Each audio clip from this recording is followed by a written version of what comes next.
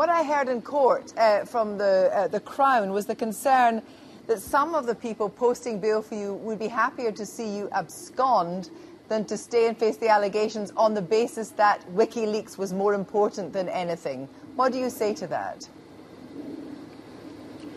Well, we heard a lot of incredible claims in court by the CPS prosecution service on behalf of the Swedish prosecutor, but what we did not hear was any evidence whatsoever. In fact, we heard an argument that has been repeated now over this court hearing and the prior two in the UK, that no evidence whatsoever needed to be produced.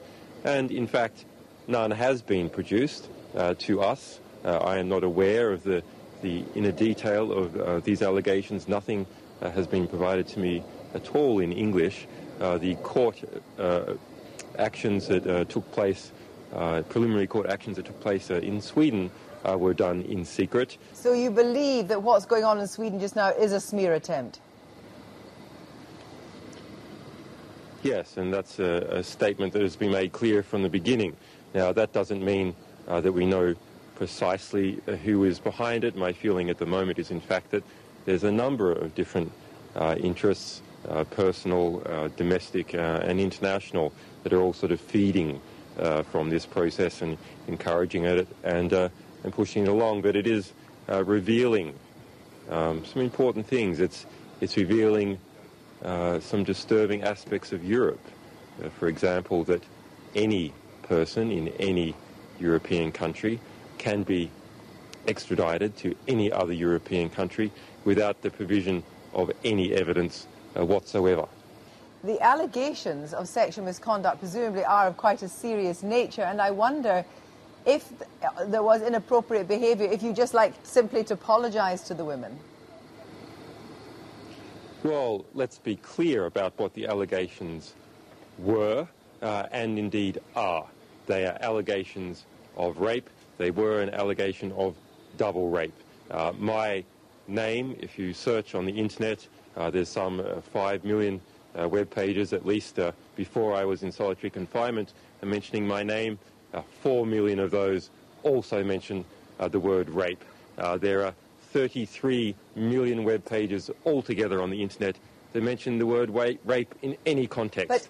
So I am mentioned in over 1/10 of all the contexts of all the rapes that have ever happened that have been documented on the internet. So this has been a very successful smear campaign and a very wrong one. But can I put it to you then, if it is a wrong one and you deny any allegations, would not it be simply better for you to return to Sweden to clear your name?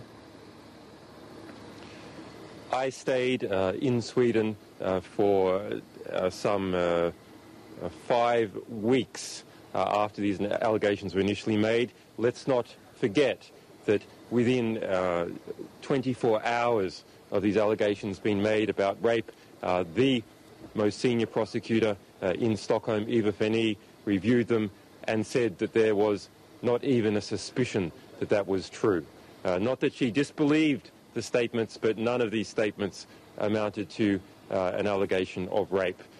Then a senior politician for the biggest political party in Sweden, Claes Borgström, took up the matter with another prosecutor in Gothenburg and tried to reactivate the investigation which has been done.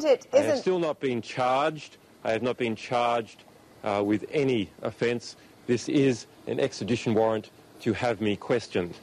Isn't there a danger that sort of irresponsible sexual misconduct on your part, or irresponsible sexual conduct, I should say, is in danger of damaging Wikileaks? Is that not the problem in a sense? Well, we have become a robust organisation through constant attack. Although I have been in solitary confinement for some 10 days, our publishing activities have proceeded in an unimpeded manner. I just need to pursue this point very briefly. Is there not a danger that your sexual conduct has, in a sense, harmed Wikileaks? It's the case with anyone that's a head of a of an organisation that is exposing major powers and has major opposition, that they will be attacked. Every aspect of their life will be scrutinised, and this organisation is no exception. That is not something that that we can possibly shirk against. This is not the first type of attack that we've had. That is not to say that this originated. We don't have proof of that this originated as an attempt to attack the organisation. But certainly, once it was underway, it has been used very aggressively to attack the organisation. You yourself said that you've been accused of double rape, which is very serious, and one would want to clear one's name in that regard. The judge made it clear today that there were different levels of rape. Rape in Sweden is a different matter than it is here. But given the level of the allegations, wouldn't you want to clear your name? If you are so sure that the courts would be fair, shouldn't you want to clear your name as quickly as possible? Well, we have seen anything but a fair investigation on this matter in Sweden. In fact, we don't even know precisely what the allegation is. There is an outstanding legal request to discover what the allegation is. The Swedish Prosecution Service is out of time on that request. There is an investigation into the handling of this matter in Sweden. The deliberate leaks of this investigation to the press, the deliberate leaking of my name to a right-wing tabloid, Expressen. So are you suggesting it's the Swedish authorities? Are you suggesting it's the Swedish authorities? And I am informed that there will be within the next 24 hours or so another leak of information deliberately from either the Swedish Prosecution Service let's move or on then. Some organisations that have managed to obtain selective material. Nothing that we have. Right, so that's in 24 hours. Can I just check, though, you're tagged just now, aren't you? I have not been tagged yet, but apparently that will occur sometime tonight. It's a very Orwellian situation where I am placed under high-tech house arrest.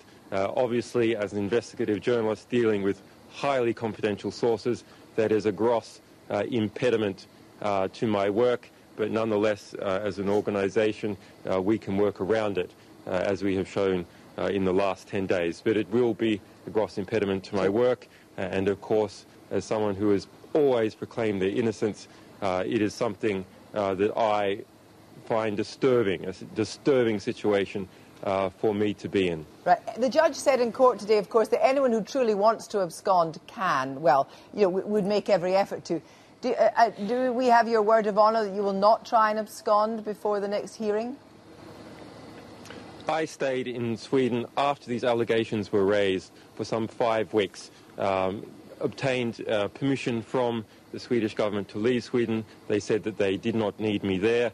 I've been to the Germany, to the UN, back and forth to the UK. We registered my lawyer's details with the extradition squad here in the UK in case there ever was an extradition warrant to have me go back to Sweden. And in fact, that is how I came into police custody. The extradition squad called up, we made an appointment, and we walked in. So we have done everything by the book. We have tried as hard as possible to set up a situation where we can clear my name of these allegations. But what we have not seen is the provision of any evidence or material to allow us to do that. In fact, we have seen gag orders on my lawyers in Sweden. We have seen secret Well, can I have one final question? Julian Assange? To provide the British courts, a refusal to provide the British courts with any evidence and an argument that they do not need to do so. One final question. I take it from that long answer that you won't try and abscond, but I want to ask you, you said that the tag was an impediment to your work.